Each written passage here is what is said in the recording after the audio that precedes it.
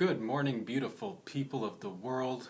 Man, glad you made it. Welcome back, everybody. It is Friday, February 12th, 2021. Man, we're going to get rocking and rolling. We're going to have a lot of fun. I hope you guys are all safe and sound wherever you are. It's Friday. We're almost done. It's one more day of the work week, and we're going to head into the weekend and have a blast off from the weekend as well, guys. But before the weekend comes, we gotta be in the present. I do want to come in here and spread a little bit of love and joy today, dude, and just tickle your brains from afar a little bit and spread that love as I usually do, or at least I try to do anyways. But before we get started, you guys, I did, I read I've been reading a lot, and I do want to share bits and pieces of the things that I've been reading with you guys, some of them that I think are worth the value in hearing. And without further ado, man, I think today I'm going to start by reading a few poems for you guys. These poems, I came across them for the first time myself. They're Rumi poems, right? So it's you can find these poems actually if you go on rumi.org.uk. And yeah, Rumi was a poet, dude. If you don't know, Rumi's like your homie. Your homie's your Rumi, your Rumi's your homie, and it is what it is. Dope dude, and wrote a bunch of beautiful stuff, man. I'm just going to read you a few that I thought were beautiful, and I just wanted to share with you guys, okay? So the first one is it's one of his love poems, and the title of this one is Like This, okay? Let's start. If anyone asks you how the perfect satisfaction of all our sexual wanting will look, lift your face and say, like this. When someone mentions the gracefulness of the night sky, climb upon the roof and dance and say, like this. If anyone wants to know what spirit is or what God's fragrance means, lean your head towards him or her, keep your face there close, like this. When someone quotes the old poetic image about clouds gradually uncovering the moon, slowly loosen knot by knot the strings of your robe, like this. If anyone wonders how Jesus raised the dead, don't try to explain the miracle. Kiss me on the lips, like this, like this. When someone asks what it means to die for love, point here. If someone asks how tall I am, frown and measure with your fingers the space between the creases on your forehead. This tall. The soul sometimes leaves the body, then returns. When someone doesn't believe that, walk back into my house, like this. When lovers moan, they're telling our story, like this. I am a sky where spirits live. Stare into the deepening blue, while the breeze says a secret, like this. When someone asks what there is to do, light the candle in his hand, like this. How did Joseph's scent come to Jacob? How did Jacob's sight return? A little wind cleans the ice, like this. When Shams comes back from Tabriz, he'll put just his head around the edge of the door to surprise us, like this. So that was a beautiful poem, man. I found that very lovely, and I just wanted to share it with you guys. Let me see if there's another one that I'd like to share before moving on. There's a whole lot, man. This guy wrote a bunch and on different topics. So if that touched any part of your inner being, dude, go ahead and explore that. Poetry, dog. It's sick shit. Do do do do do do.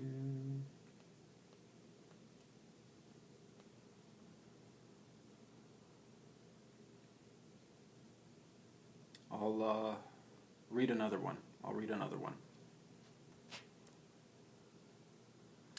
All through eternity, beauty unveils his exquisite form in the solitude of nothingness. He holds a mirror to his face and beholds his own beauty. He's the knower and the known, the seer and the seen. No eye but his own has ever looked upon this universe. As every quality finds an expression, eternity becomes the verdant field of time and space. Love the life-giving garden of this world. Every branch and leaf and fruit reveals an aspect of his perfection.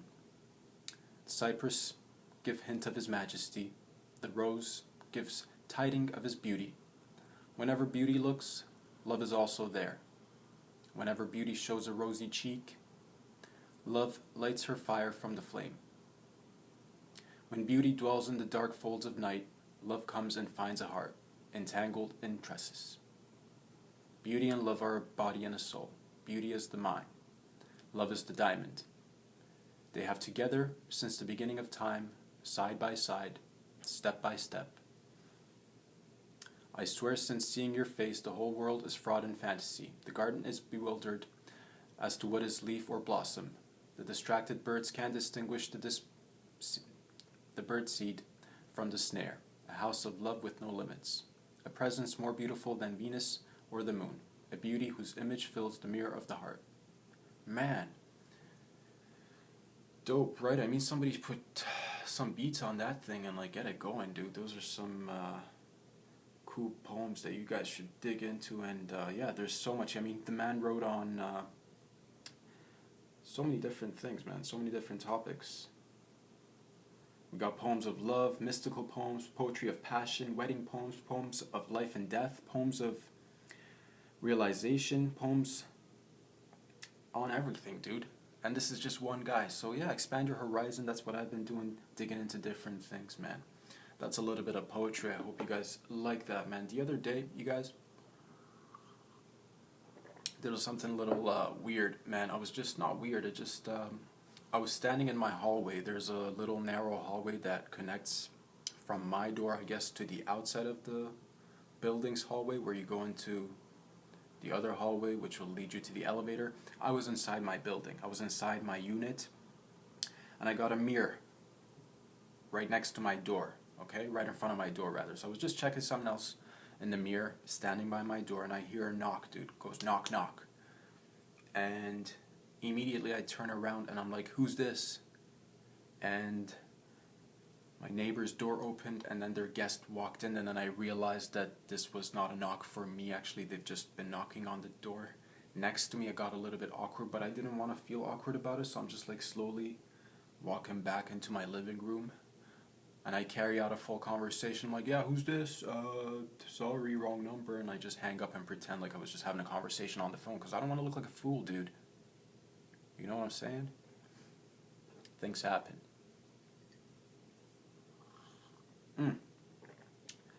What else have I been reading, you guys? What else have I been reading? I've been reading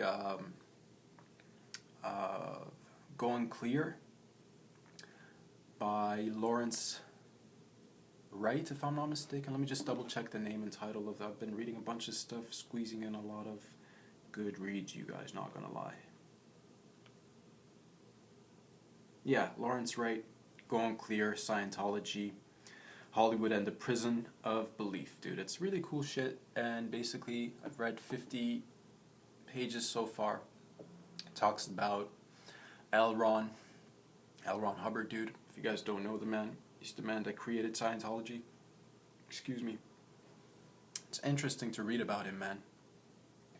Interesting to read about him, learn a little bit, and I think you can find good material and good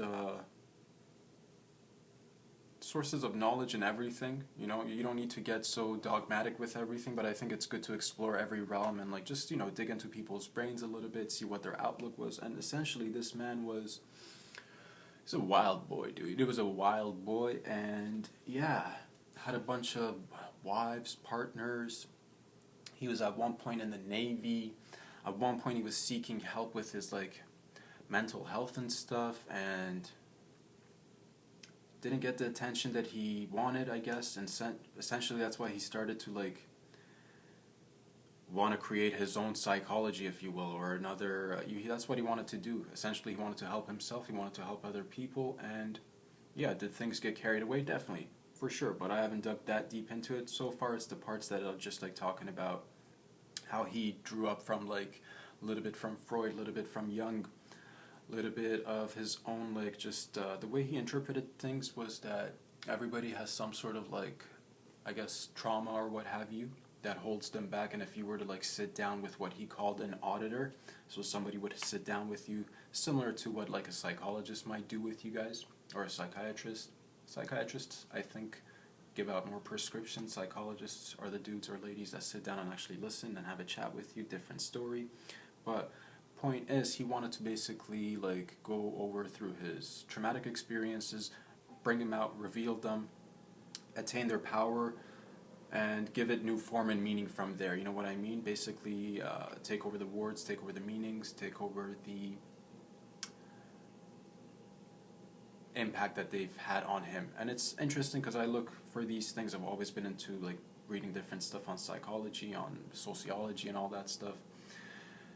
Interesting stuff. I mean, dude was a mysterious cat, man. I'm not gonna lie. At one point, like I said, he was in the Navy, and he's a wild boy, dude. He wrote with no stopping, dude. I think what he called was just like, I think he free association, if I'm not mistaken, where you basically just start writing or typing without ever pausing. To a certain degree, I've been using that technique myself. This was something that I picked up early on from like Carl Jung. But it's interesting stuff to see, and I recommend you guys like dig into these things. And it's fun little bits of knowledge. It's a thick book. I'll have to finish it. But meanwhile, I'm listening to another audio book, you guys, and this one I highly recommend. And again, the thing that I can tell you is I don't know everything. Nobody knows everything. I think we all have little bits of pieces of the puzzle, and if we come together and put those little bits of pieces of puzzle together, we can actually form a more clear picture of where we're at and where we're going, right? So because I don't have all the answers and nobody does, and we can only be, there's a bunch of stuff out there, and to each their own, man. Whatever you guys want. There's like entertainment out there, there's funny stuff out there, there is absurd stuff out there, and I try to incorporate a little bit of everything into my little show that I put on for you guys. But some of the stuff that I do want to be sharing, I've said this from the beginning, is little bits of what I find to be little nuggets of either truth or pieces of information or knowledge that are actually worth of value. And something that I think that's worth of value for you guys and myself, and this is just the beginning of my learning process as well, but we can all be learning together. And some of you guys might want to learn some things. Some of it might be interesting to you, some of it might not be so interesting, but regardless, man, it's interesting to talk about different things is all I'm saying. Bear with me a few seconds while I bring this up. Here we go. So this guy was actually a Canadian dude, and let's just read about him a little bit from Wikipedia. And so this might intrigue you guys a little bit more and you guys can get your research on, dude. So this guy was called, some of you guys might already be familiarized with him. Maybe, again, this is my process, this is my journey. Thank you for coming along and letting me be a part of yours as well. But we're growing and learning together. And this dude's name was Manly P. Hall, right? Manly Palmer Hall, born March 18th, 1901, and died August 29th of 1990, dude. He was a Canadian-born author, lecturer, astrologer, and mystic. Best known is for 1928 work, The Secret Teachings of All Ages, dude. So that's what I'm actually digging into a little bit myself. Again, over his 70-year career, he gave thousands of lectures, including 2 at Carnegie Hall, and published over 150 volumes. In 1934, he founded the Philosophical Research Society in LA, which he dedicated to the truth seekers of all time, with a research library, lecture hall, and publishing house. Many of his lectures can be found online, and his books are still in print. So again, that's Manny P. Hall, and I'm just listening to this audiobook right now. It's a 5.5-hour long audiobook, and the title is The Secret Teachings of All Ages by Manly P. Hall, for anybody who's interested in learning a little bit of knowledge, learning a little bit of cool facts that I think everybody should be familiarized with, man. I mean, like, what I do for myself is I try to be a free thinker. I try not to get dogmatic with anything. I try not to have too many beliefs. The only thing I really believe in is, again, like magic and the the concept of like a Jesus figure, if you will. Those are the only things that I believe in. But in terms of everything else, and I don't really have too many beliefs, because beliefs become like, they're just your beliefs, but that's different from facts, right? We should be able to distinguish the two. Your beliefs, just because they're your beliefs, doesn't make them fact, and that's why I don't ever want to be sounding like I'm pushing my ideas on anybody. This is just me expressing myself. If anybody jams with it, let's jam along. If you don't, whatever, if it doesn't vibe with you, that's alright too, man. To each their own. You live your bestest life, I'm gonna live my bestest life, and together we're just gonna uplift each other and have a ball. But the reason why I dig into these things is because I think there's a lot of knowledge out there, and there's a lot of power out there as well that each of us can access, and a lot of that most often is actually from within. And it's hard to explain sometimes, but I'll try my best, and I think it comes in those moments of silence and peace. When you're in solitude by yourself, just having inner dialogues with yourself, I think you'll unreveal a lot of truths, and it'll give you clarity. And I think that's when you're speaking with your third eye, or your inner eye, or your mind's eye, or yourself, really, just going back. It's like your little racquetball, right? You're just playing racquetball with yourself, putting questions out there, answering them, and trying to have a rational sequence of thinking. But sometimes you don't want to get too rational or too bureaucratic either, because that leads to robotic thinking. You know what I mean? That's why I don't like being in some sort of a box or some sort of a restricted area. And I find that this has been such a privilege, what I've been doing so far, and I'm learning, and these are just baby steps, but I think it allows me to explore everything that I want to explore without having to worry about titles and blah blah blah and this, that, and it's just a bunch of jargon, right? Just a bunch of jargon that people put on themselves, and like titles, man. I don't like titles. Like, when it's really nice when you see people do, like when you see cool people doing cool shit. Like yesterday, I was listening to the Joe Rogan Experience, and I'm a fan. He brought on Elon Musk, dude. It was so fun to watch that. Like, if you guys, okay, first of all, let me just say something. If you're living right now in 2021, and for some odd reason, if you don't know who Elon Musk is, dude, yeah. Anyways, go check out the interview, and it's really cool, man, because, like, Elon, I don't know the man, seems very intelligent, obviously, very accomplished, and I think what I really admired about Elon Musk is he seems humble, dude. He seems like a normal, like, average person. Like, he jokes about stuff, and he has a sense of humor, and like, he was just like talking about different things, like AI becoming, interplanetary species, having, everything that Elon Musk is all about, right? Like, but within that, he also has he has a sense of humor. He doesn't seem like he's stuck up. He doesn't seem like he thinks he's, I don't know, above anybody, and I find that admirable. You know what I mean? Because I think it's important that we have high achievers and, bright thinkers and great minds. But, like, one of the problems that I've always had with, like, for example, like, academics and academia is when you start to even get up to those, like, higher levels and shit. When you go to do your master's or PhD, everybody gets so bougie, dude. Everybody becomes so bougie, and they think they're, like, better than everybody else, and they get stuck in this little echo chamber filled with their own specific jargons and their own specific discourse, and anybody who tries to question that is just you're shaking up the status quo, so they don't like too many questions. It's just like, go along with everything that you're being taught. And I like people who push boundaries, who think outside of the box, and I like to do that for myself, and I look up to folks who've done that, have taken alternative routes or measures of achieving their dreams and fulfilling their potentials, or bettering themselves overall. So it's really cool to see that guy that's achieved so much, and is continuously wanting to achieve more, but at the same time seems to have a very cool sense of humor, down to earth, looks like an average person, which we all are, dude. That's the thing. It doesn't matter what you've accomplished or you haven't, like it. We're all the same, Z's. Like it's that's what I like, and I encourage more people to be. Man, I think we should all just like encourage each other to be better peeps, and that's what I try to do. And the reason why I stepped into comedy is so that I could.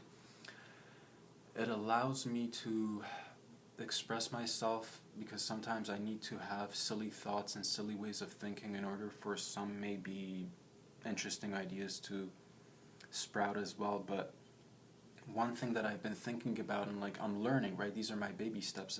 I've only been doing this in front of you guys for 5-6 months, and I'm questioning a lot of things. And one of the struggles that I've had is I'm learning that I don't want to be, I've always known this within my heart of hearts, but like doing it for like a profession or trying to do something that appeals to people, and my intention is to be punching up. What I mean by that is I want to be making fun of or pointing to our flaws, but I don't want to be the people that I might want to pick on, or not even pick on, that's the wrong term, but like the people that I'd like to shine a light on sometimes when I am punching up is going to be people in places of authority, right? Because I don't want to target somebody who's an easy target, right? I don't want to just pick somebody who's having a hard time on the streets and be like, look at that lazy bum, blah, blah. You know what I mean? Those are cheap shots. That's punching down. I want to uplift. And I'm having a little bit of a challenging time because as I go along, I'm a part of a community, right? I'm part of my city. I'm part of Toronto. I'm Canadian. I'm part of this beautiful culture, this Western culture, and I want to help preserve that and uplift that. And sometimes what I want to be doing is I want to be poking fun at some of the folks or some of the players or agents or actors in our society that have occupied certain places. For example, like if I want to be... See, that's the thing, it gets tricky, but we're learning, and I'm going to have to talk about it so that I know how to better adjust myself and tackle it next time. But moving forward, like this is something that I wanted to like talk about, but I don't know how to like punch up here. For example, you'd have the We Charity with the Kielburger family that was going on. They were involved with the Trudeau family, and basically Trudeau's family got involved with these guys, and this was a here's the thing. Go check out this documentary on the Fifth Estate. They dug into it and unraveled a whole lot of bits of truth. And it just seems to me that it's like, that's the thing. I don't know Justin T. I don't know the man. I've never even voted in my life, dude. When I was younger, I'm 31 now. When I was really young, in my early 20s, I didn't believe in voting because I just innately had this feeling that all sorts of politics are just corrupt, and it's just a bunch of guys who are, connected to each other and have been career politicians, so there's really no way of trusting these folks. So there's no point between me, even for like, I've had to evolve my way of thinking. I've had to stop thinking that way, because I do believe there are good people like trying to do good things as well. And I don't know Justin on a personal level. I don't know his family. I don't know but I do see things that unravel in the news, right? And it makes me a little bit, makes me just like want to just point out that I'd like the folks in charge to be a little bit more mindful with their actions, if that makes sense. And I want to, yeah, dude, that's all there is to it. And I don't want to, that's the thing. And I want to be poking more fun and poking more into this is just one example. One example that I wouldn't make fun of is like, I would never make fun of somebody like Britney Spears, dude. First of all, I enjoyed her music as a teen. Even as a young adult, I enjoyed her music. The times that she was going through a rough time and stuff, it's just I would never like punch somebody down in those circumstances. I'm hoping that I'm conveying my message or way of thinking somehow. I hope it's coming across clearly, but that's the thing. So like, and I want to be punching, the reason why I'd like to be punching up, and the reason why I particularly don't want to maybe this is naive, maybe this is a young man's way of thinking, maybe there are people who, and I'm hoping that's the case, I believe that's the case, that there are obviously people with more experience, people with more knowledge and wisdom that can guide us so that we can together build a better society. It's just my question to you guys is, the comedians out there, the professionals that have been doing it, how do you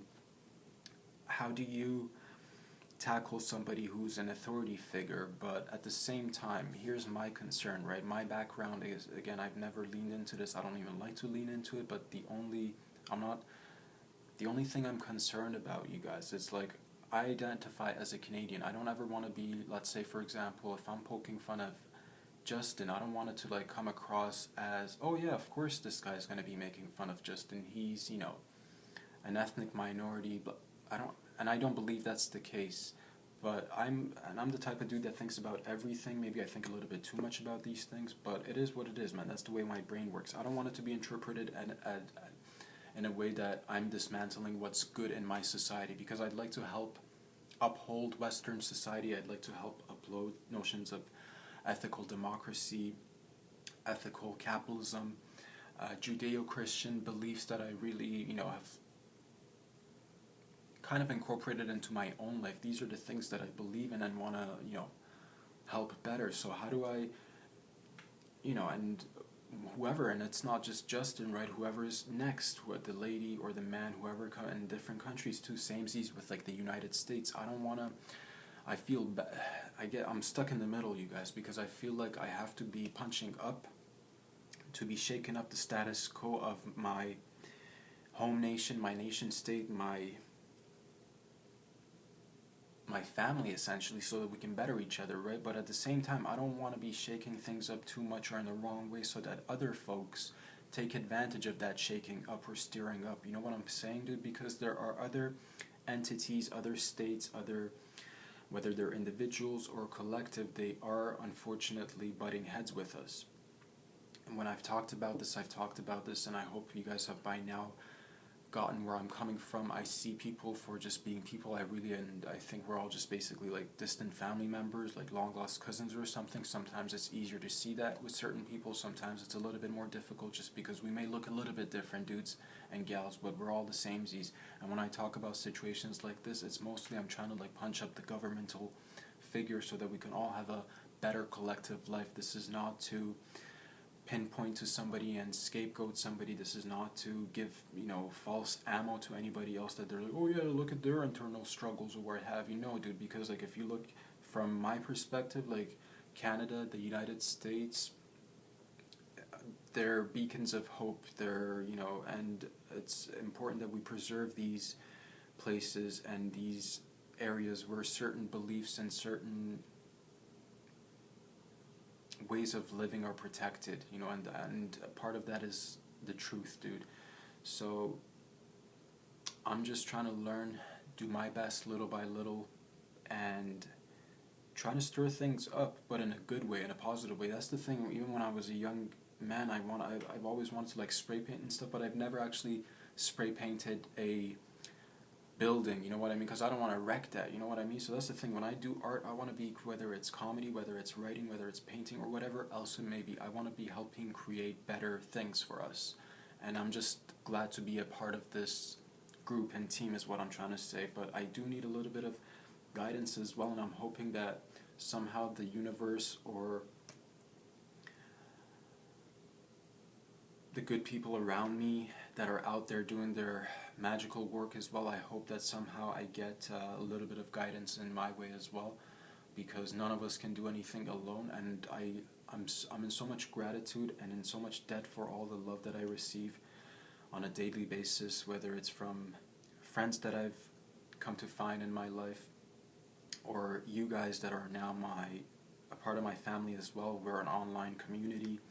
We're growing every day, and these are the things that you guys might be finding, you know, these are the things that you might be grappling with too, because I know there's a lot of different people that want to be doing a lot of good, positive things, but at the same time, they see whatever realm they're in, whatever institution or whatever field they're in, there seems to be a little bit of, you know, areas where we can better things. And whenever we speak up and we want to better things, most people don't get, you know, they get uncomfortable. But I'm just letting you know that it's okay to talk, and we are here to have free speech, communicate, practice good speech, and learn better. Learn to do better, and basically moving forward, guys, there's a lot happening. I'm basically going to be adding another platform, hopefully starting this coming week, cooking up a lot. The format's going to change. I'm adding layers and stuff. Thank you for sticking with me so far. If you're new, welcome to Glad You Made It. This is a so-so production, dude, and we're going to be rocking and rolling, you guys. The wheels are just spinning, and just sending out a lot of love, you guys. Sending out a lot of love. I hope you guys have a blessed weekend. A lot of surprises on the way, man. Go ahead and like the videos on Instagram. Go ahead and like the videos on YouTube. Follow me on YouTube. Subscribe on YouTube. Follow me on Instagram. Please, it's a word of mouth thing. Just spread it around, man. If you like the videos, share it with your family members. And little by little, man, we're going to support each other and grow and do better things. I love you guys. I'll be seeing you guys on Monday. Have a safe weekend. I'll talk to y'all very soon. Peace out.